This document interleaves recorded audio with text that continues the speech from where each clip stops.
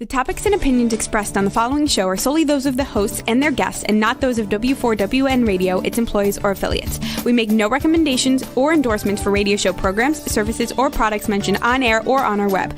No liability, explicit or implied, shall be extended to W4WN Radio, its employees, or affiliates.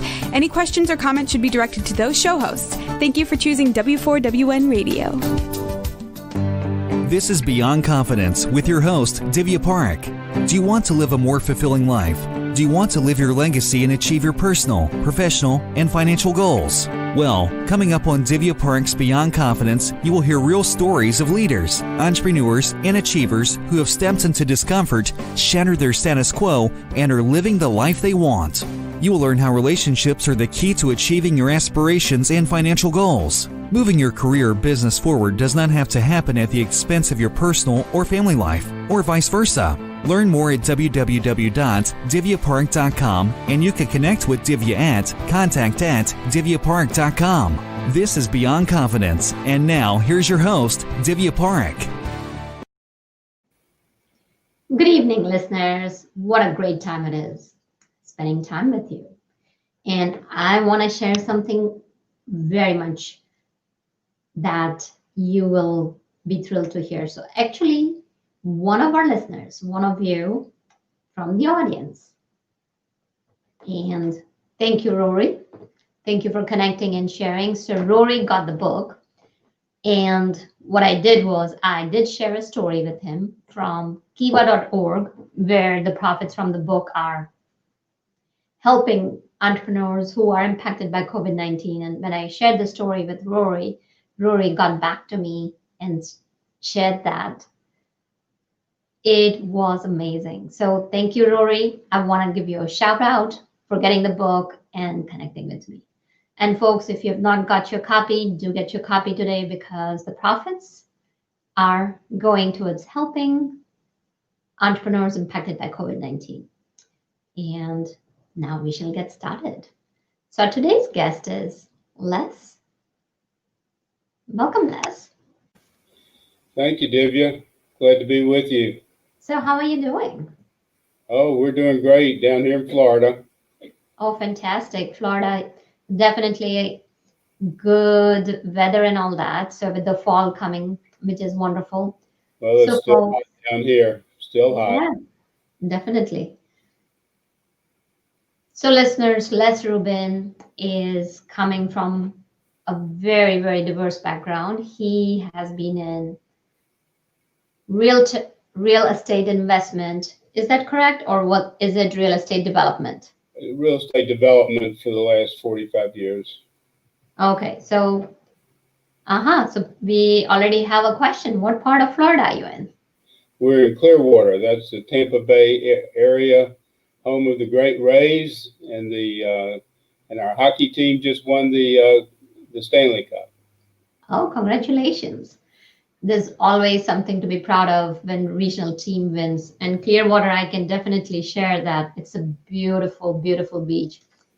I was down there a couple of years back, and what was surprising, actually, I was down there with a client, and actually we were helping them. Basically, it was a vacation, a working vacation, and we finished in 5 days the whole outline of their book and what they were going to write and just the whole business plan. One of the amazing things. And what was amazing was here we were sitting right on the beach, working away, and at the same time, taking breaks, and we saw dolphins right up so close to the beach and wildlife. I gotta say that Clearwater beach, it's just amazing how much wildlife is there. Well, we have some of the nicest beaches in the world right here in Clearwater. Yeah, absolutely. And listeners, yes, I do help people write books, not only from just helping them write books. We start out from concept to publishing and to establishing the authority. So enough about that. Let's talk about our guests. So we usually start out in our guest youth. So do you recall any moment from your childhood that just kind of stands out, or was there someone in your life who left such a mark on you that you remember it to this day? Well, probably the greatest influence was my dad. He was a high school dropout, and he had to help support his family. And he started a business when he was in his 30s and made quite a success of it. And I always remember the lessons that I learned just observing him, because he was always of the highest integrity, and he taught by doing. Yes, what a role model to have. It's really critical to have role models like that. And that's where we always talk about leading with value and being an example for other people. So one of the questions that has come up is, what brought you to Florida? Well, I was a practicing CPA up in Atlanta, which is where I'm originally from. I was with one of the big 8 firms, and one of our clients offered me a job to come to Clearwater to be his controller. And so I took him up on that. And so for the first 10 years of my life, I was in accounting and as a controller. And about a few years later, I decided to start an industrial development company, and I've been developing real estate ever since. So it was really a job opportunity that brought me to Clearwater from Atlanta. Yeah, no, definitely. And I just want to touch upon one of our listeners' question before we kind of get back to you. So yes, what can happen with a book, folks? You can finish writing anywhere between 2 months to 2 years. So it's a long process, and we'll definitely make sure to have a conversation about writing books in one of our next sessions. So you have mentioned, that you were an accountant as well, and then you moved into real estate. So what made you go towards just the accounting itself in the first place? Well, I majored in accounting in college, and I liked it. So I started with Arthur Andersen, one of the large Big 8 firms back in the 60s, and stayed with them for a long time. And I liked the finance field, so I had an opportunity to move from accounting into finance. So I took the job as a controller, and that's kind of how my career evolved. And then the person I was working for was in real estate, really residential, but I got very interested in real estate, and then decided I would start an industrial development company back in the mid-70s. Unfortunately, I started right in the middle of a recession, so it took a few years to get started, but eventually, if you persevere long enough, you can get it going. So by the late 70s, we had a company that was starting to thrive. Nice. And what made you move from accounting to the real estate? Well, it was an interest that I had in finance. That's always been finance and economics have always been favorite subjects of mine. So the professional career of accounting isn't what I thought I wanted to do the rest of my life. So I took this opportunity to get into a more financially oriented field, and took the job as a controller here for a large home builder. And that worked out quite well for a few years. And then I decided to start my own company. And my boss at the time, who was also my mentor, helped me get started, because I had no financial resources to do that. So he helped me get going with my business, and we were partners for quite a long time. He was a limited partner of mine for almost 20 years. Right. And you mentioned that you went to the controller. So one of our listeners is asking a question: was the move easy from one career to another? I'm sorry, I didn't quite hear that. Was it an easy move from one to the other? It took a little learning. It's very different. Accounting is different from being a controller and a financial oriented officer. But it was something that was in my nature, and I liked it, and so I was able to gravitate from one to the other relatively quickly. So when you were in Florida, what was one of the things you would say was that made you stay there? Well, it's a great place to live. It's really beautiful down here. and the opportunity to start the business came up, and I had the financial backing to get going since I really had no money. And so the opportunity to do it here in Florida made sense. And so I stayed and we raised our family here. And if you're open about sharing about your family, do share about them. Sure. I had 3 children.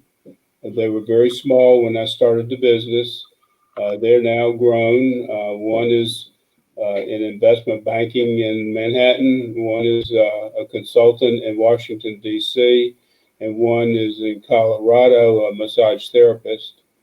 And then later in life, I got remarried, and we have 2 more kids. One is in the baseball world in Maryland, Southern Maryland, and my youngest is just finishing his master's degree at the University of Florida in finance. Oh, that's fantastic. There is no other joy than seeing your children thrive. So we have got a few other questions popping up. So now would you say you are a snowbird?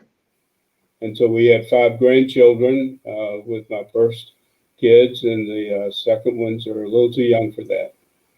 Nice. So the question is, did you make the Florida move after your kids were grown? No, actually, they were very small.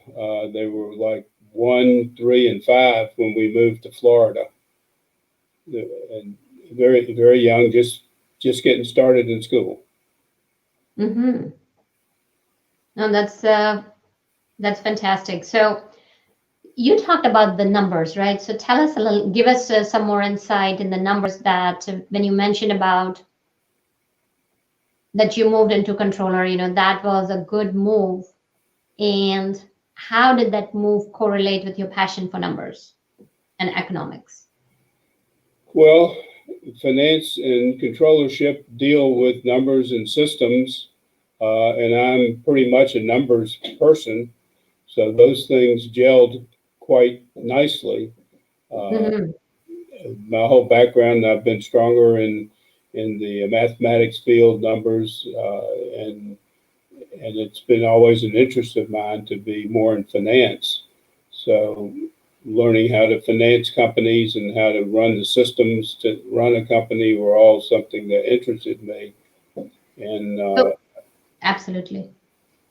So for those who may not know what is involved with the job of a controller, can you describe it for them? Well, in my case, it was handling the accounting systems, developing the systems, overseeing the accounting function, as well as handling the financial affairs of the company, investments, financing. That's the controller doesn't always do that, but I did, and it worked out. It worked out well. And especially like what's happening currently. I mean, throughout the world, what's happening is that a lot of people are moving from cities, metropolitan to suburbia. And if somebody's thinking of moving into real estate, what would be your experience? Like what would you share with them, and that how should they move into real estate? Well, what I've always been interested in is commercial real estate. That's what I've always developed. And it's a very numbers-oriented game, although you have to learn the basics of real estate. You have to find the locations, and you have to anticipate the demand so that you develop products that people will like. So it's both a judgmental thing as well as a numbers game, and then you have to learn how to put your budgets together and do the development work.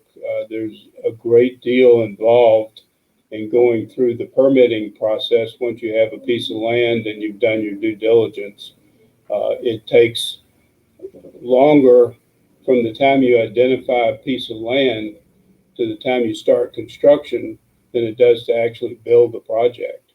I mean, it can take a year or a year and a half just to get through the process.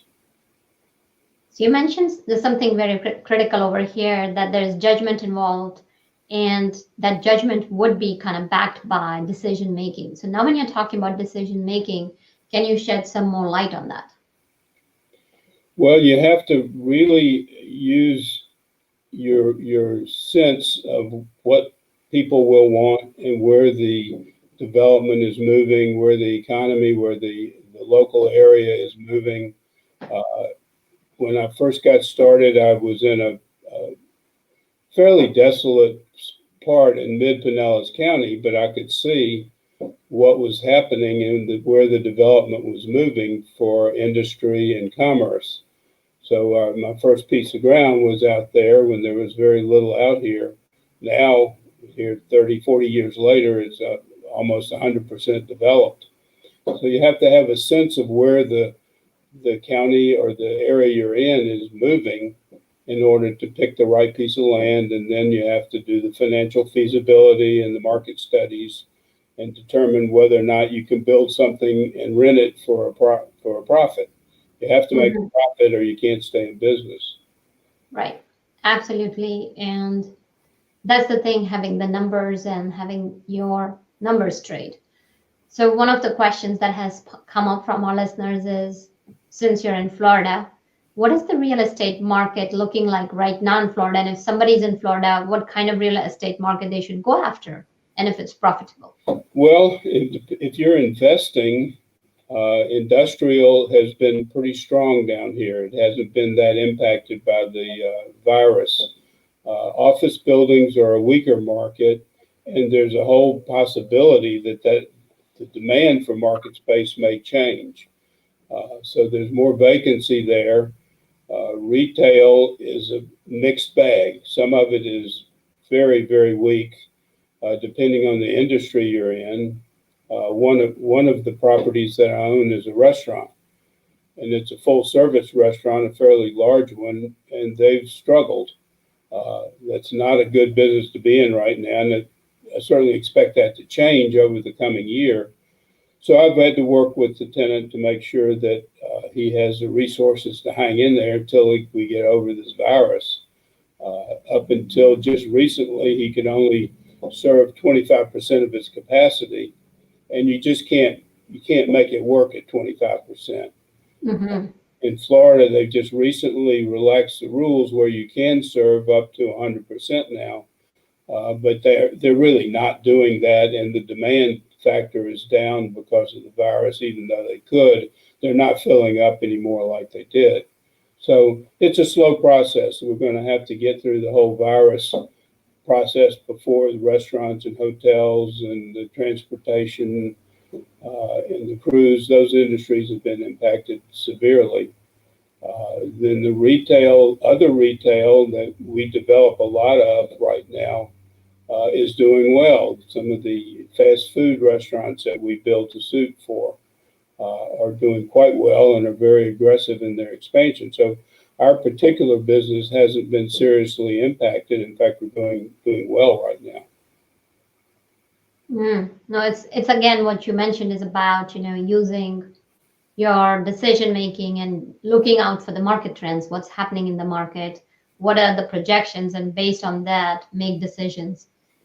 So another question that has come is, how are people managing to keep up with things in all this COVID business?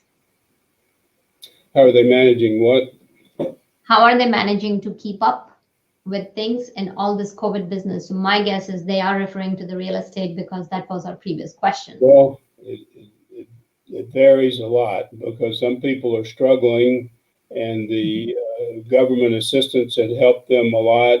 The extra unemployment stopped, and they're going through this debate in Washington about how to get that started. But for those people that have lost a job, and there's been a lot, they are struggling now, and the unemployment is probably not keeping them up. So now the question really becomes, can they keep up their payments and can they keep their homes? It's very difficult for those that have lost their jobs.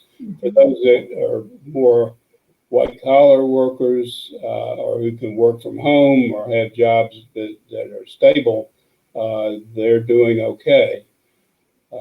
Surprisingly, the housing market down here is very strong. The demand is quite good. The inventories are low. It's actually a seller's market right now. It's hard to find properties in the medium price categories. So basically, if somebody were in Florida, then my guess is the housing market would be the place to go. The housing market is very stable. I don't know what's going to happen when they start possibly evicting the people that can't keep up with their mortgages. That could change things over time. We haven't quite gotten there yet, but I think that's coming. The virus isn't going away anytime soon. It's going to take a vaccine, I think, to really get through this, and the vaccine isn't going to be ready and widely distributed for some time. I don't know how long that is. We hope by the middle of next year, but I don't know exactly how long it will take. And first they have to approve the vaccine and then start distributing in tiers to the people that are most needy of it. Right. No, you touched upon some really good points. And here's the thing. We are in a very, very dire situation. And whatever we can do to help each other out, folks, it's important. And that's what we can do, how we can ride it through. As you mentioned, Les, we don't know when the vaccines will be out. They are expecting by the end of the year. It could be early next year. We don't know. So in these times, it's critical, no matter in whatever capacity you can help other people out.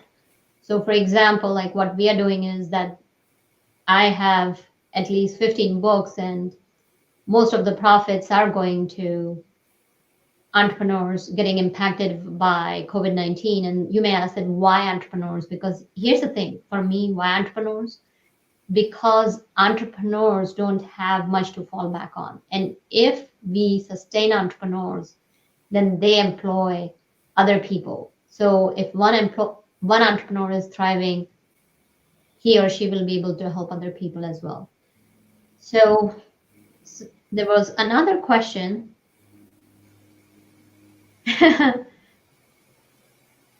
You are asking a question, would you recommend people to get out more? So here's what we'll share, folks. We are not in medical health profession, so you have to look at the science-based facts. I would say look at CDC website and make your own decisions, especially if you want to see, what's your health line is, what's the bottom line, if you have any pre-existing conditions. If not, even then, recently there have been data out there that is showing that young people without any conditions in the 20s, 30s, 40s, actually, as a matter of fact, one of my friend's son and his roomies, they are in college and they got COVID-19 and just keeping them in prayer. So coming back to you, there was another, thank you.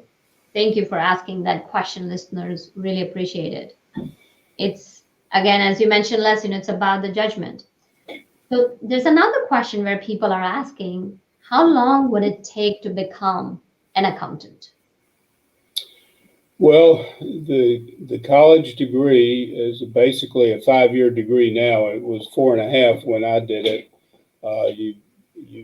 If you want to become a CPA, you have to then go through a series of exams, which I did as well. But when you get out of college, you would, if you've majored in accounting, you would have enough background to start in the accounting field as a junior accountant. And of course, you learn on the job and you progress as you grow in your job. So just the 4-year undergraduate degree, or 5-year now, undergraduate degree would give you the basis to get into the field. Yeah, no, definitely. And folks, there it is. There is no thing that's you can just kind of go overnight or go for a weekend and get it done. I believe, and I'm not saying it's for everyone, I believe that when you put in the time, effort, your passion and work into it, what you put in, that's what you get out of it. Well, you can also be less than a CPA. You can be a bookkeeper. Now, you could probably learn to be a bookkeeper with a couple of years of schooling on that subject. But it depends on how far you want to go. with your accounting work.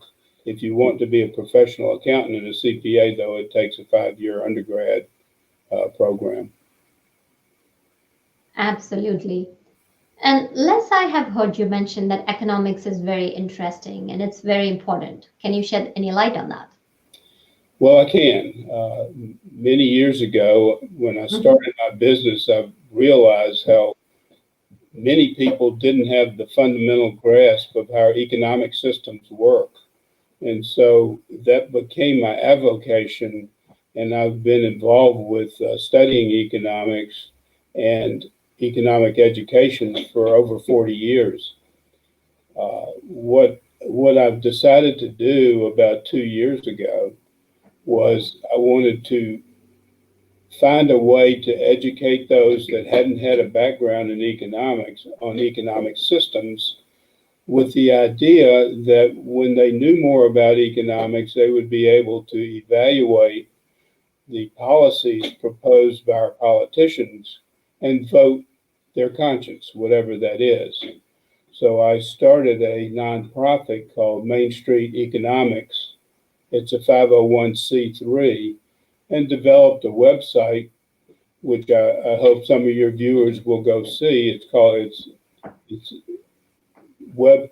mainstreeteconomics.org, mainstreeteconomics.org.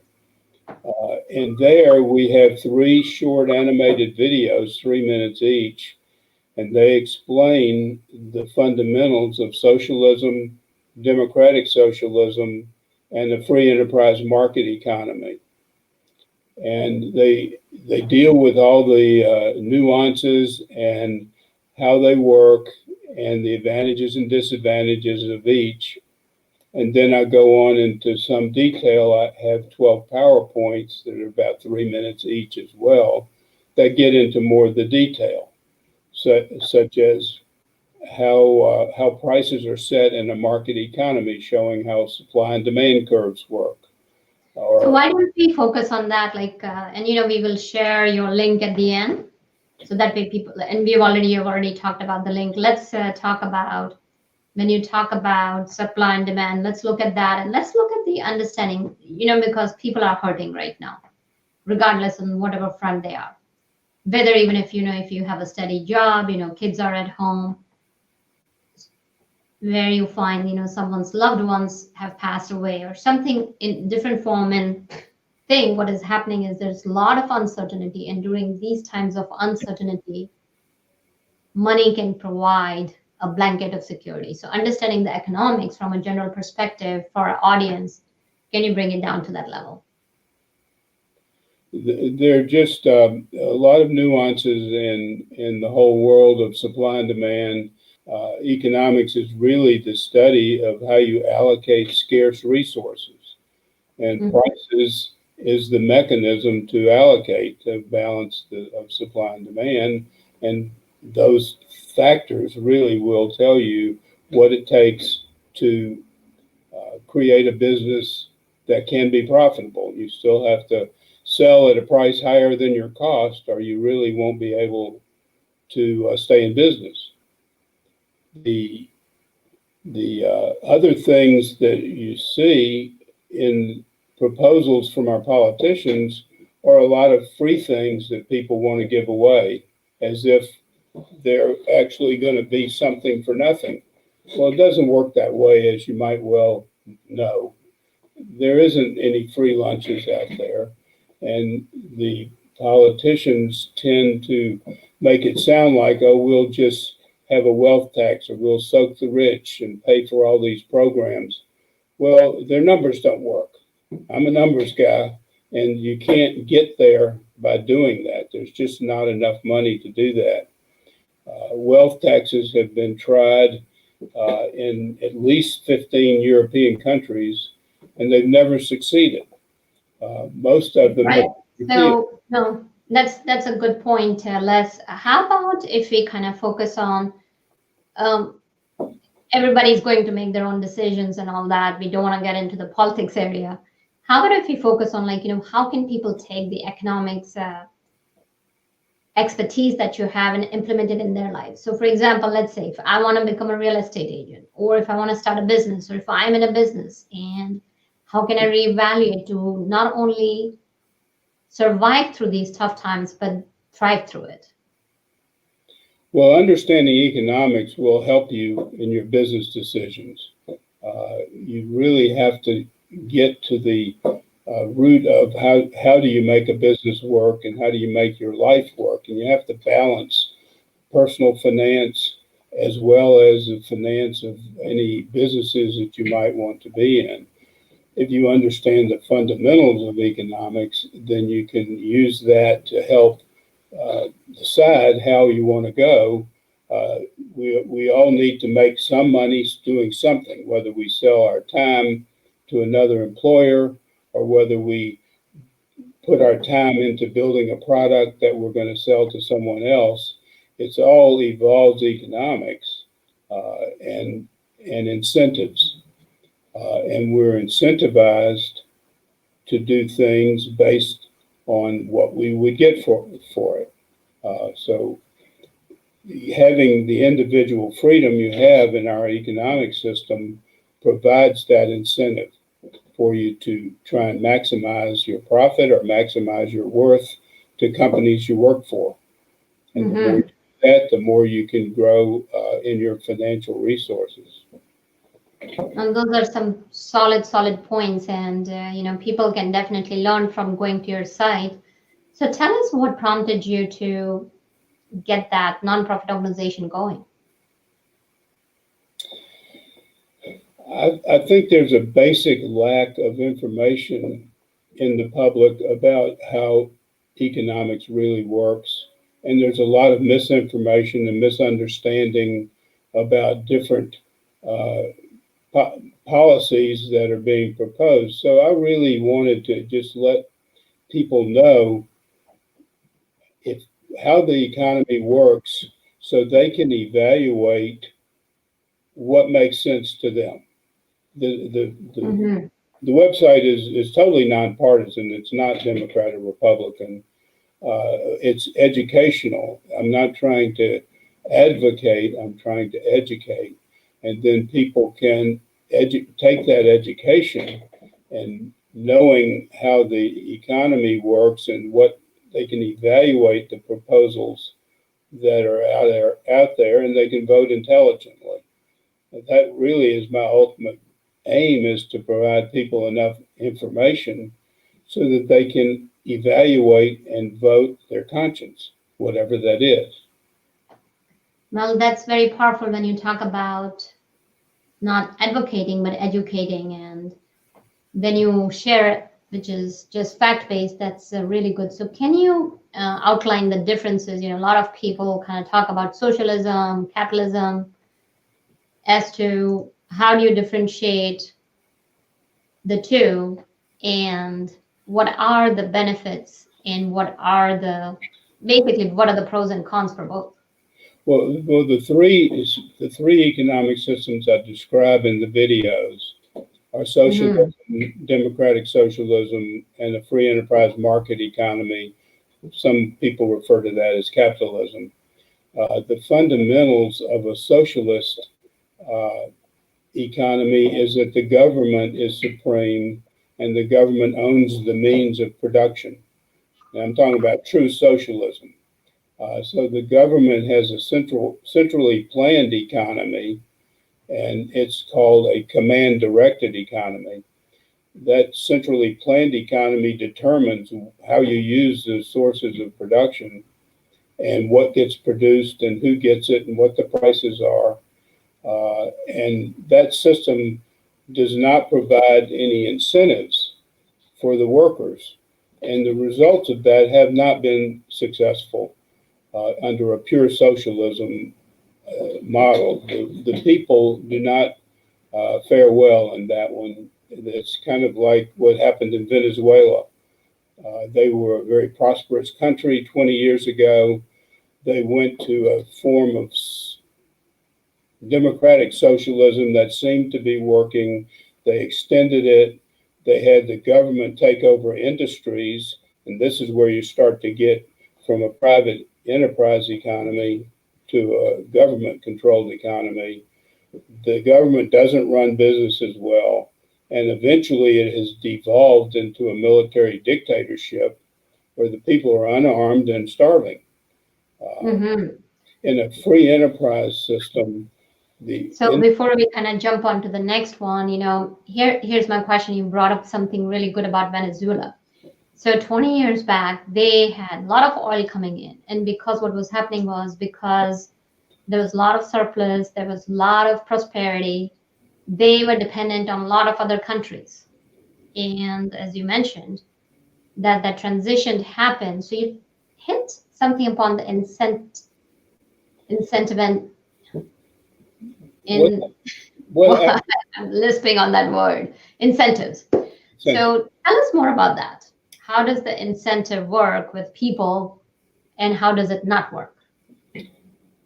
As they evolved into giving away more things, the government could no longer afford to do that. They didn't have enough taxation revenue to do that. So they started taking over businesses with the idea that they would profit from the businesses. What happens when the government runs a business and the people, it becomes very inefficient, and the people are no longer incentivized that run the business. They are government puppets in effect, and they no longer have the motive to make a profit.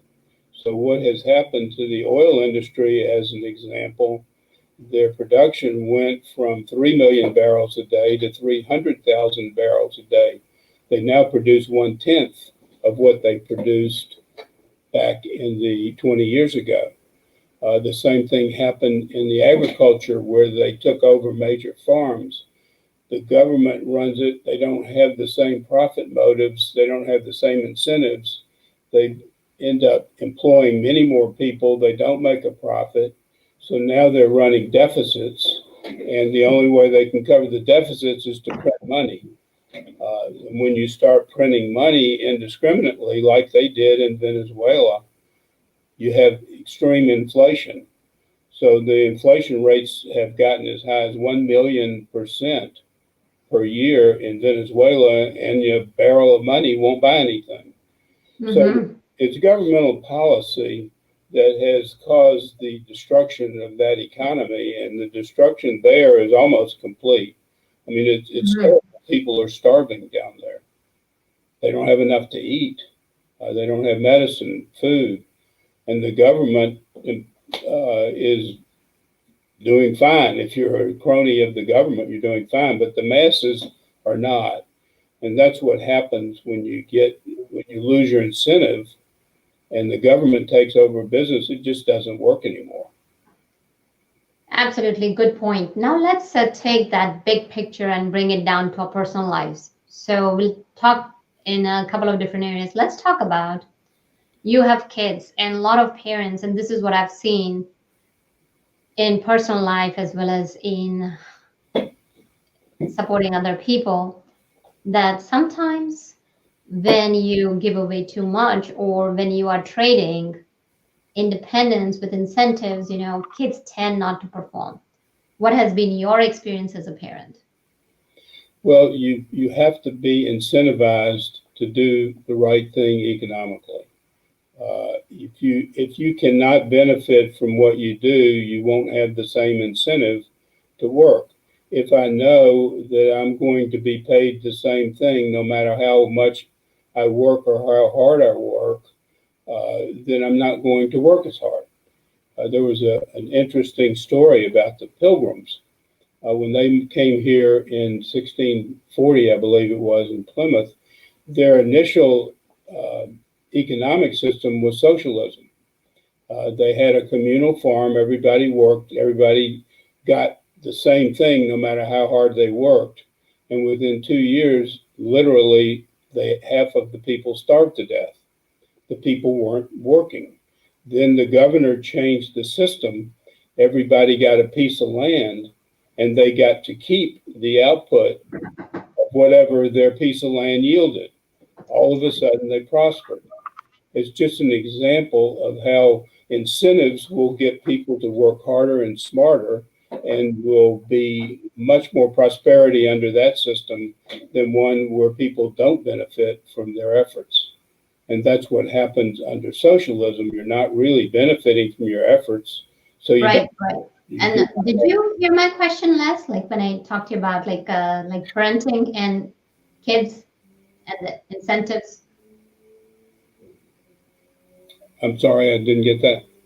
Oh, okay. So what I'm saying is let's take the incentivization and bring it down to personal life. What happens when the incentives, when wrong and right incentives are provided by parent to their kids? What's been your experience? Provided by parents, did you say? Yeah, like when, a lot of parents provide sometimes wrong incentives and sometimes right incentives to their kids. And just like you mentioned, how a lot of workers and a lot of professionals or a lot of entrepreneurs lose their motivation to work or lose their motivation to keep on moving forward. And same thing happens with children. Have you experienced that? I've seen that go both ways, where people want to have their kids have so many things and they don't have to work for it. They're spoiled in effect, and they're given everything. They lose the understanding that you have to work for what you get. And I think it's an important point for parents, whether you can afford to give your children everything in the world or not, you're better off not. Let them work for it, let them earn, let them learn that there's a work ethic that's required in order to get what you want. That will be much more instructive to them than giving them everything they want. Mm-hmm. Absolutely. What you said is right on the mark. And let's look at some core values, which, we have seemed to have forgotten since the advent of social media. It's about earning the respect, earning the trust. You use the word earning. How do you see that? Because a lot of times what happens is people get on social media, hide behind that wall, and they will be nasty to other people. And you see there's like a whole storm going on of the negativity and toxicity. What would you say to that? Well, someone told me many years ago that respect is never bestowed, it's always earned. You really have to perform, and you have to do your thing yourself if you want people to respect what you do. Whether it's your intelligence, whether it's your work ethic, whether it's how well you perform in the job, you have to perform. You cannot be granted that. You have to earn it.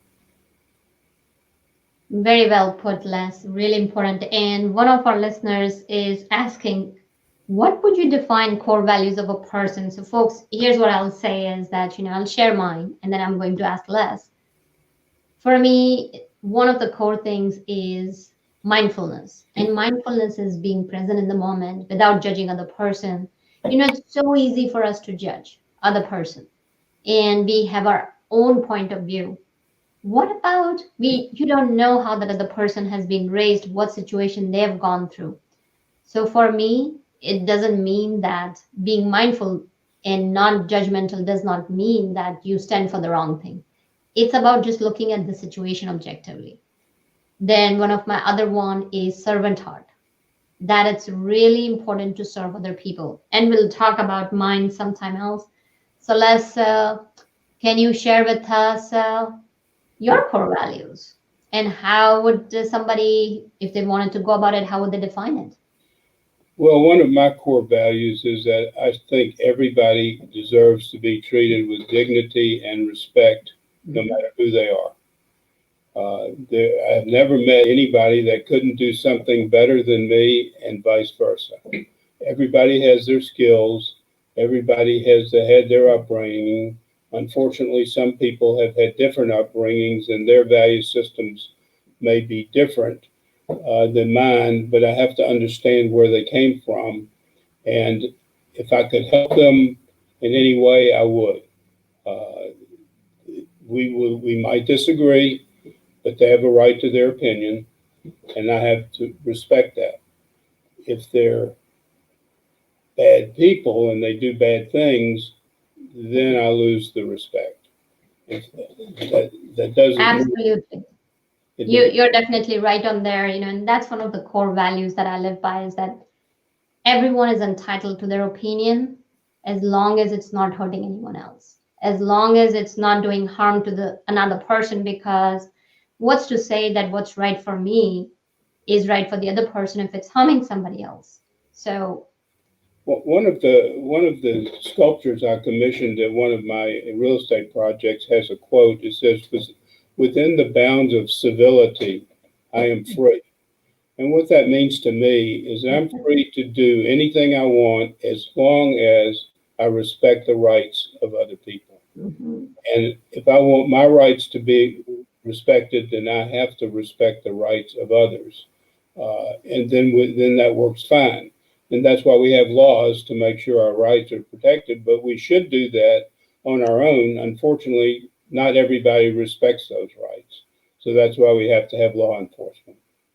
Absolutely. And sometimes, Les, we have to go beyond the rights. So, for example, I'm just going to share that one of my dear friends, she is in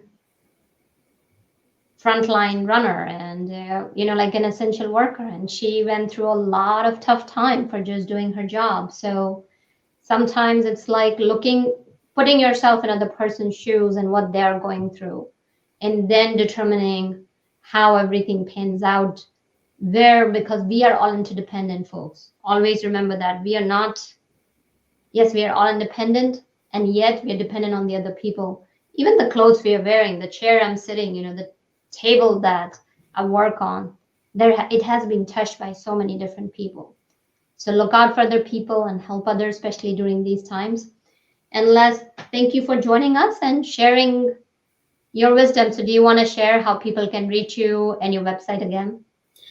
Please go to our website. It's called mainstreeteconomics.org.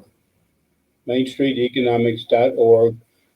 Take a look at the 3 short videos, and to the extent you have interest, there's a number of other things that go into more detail.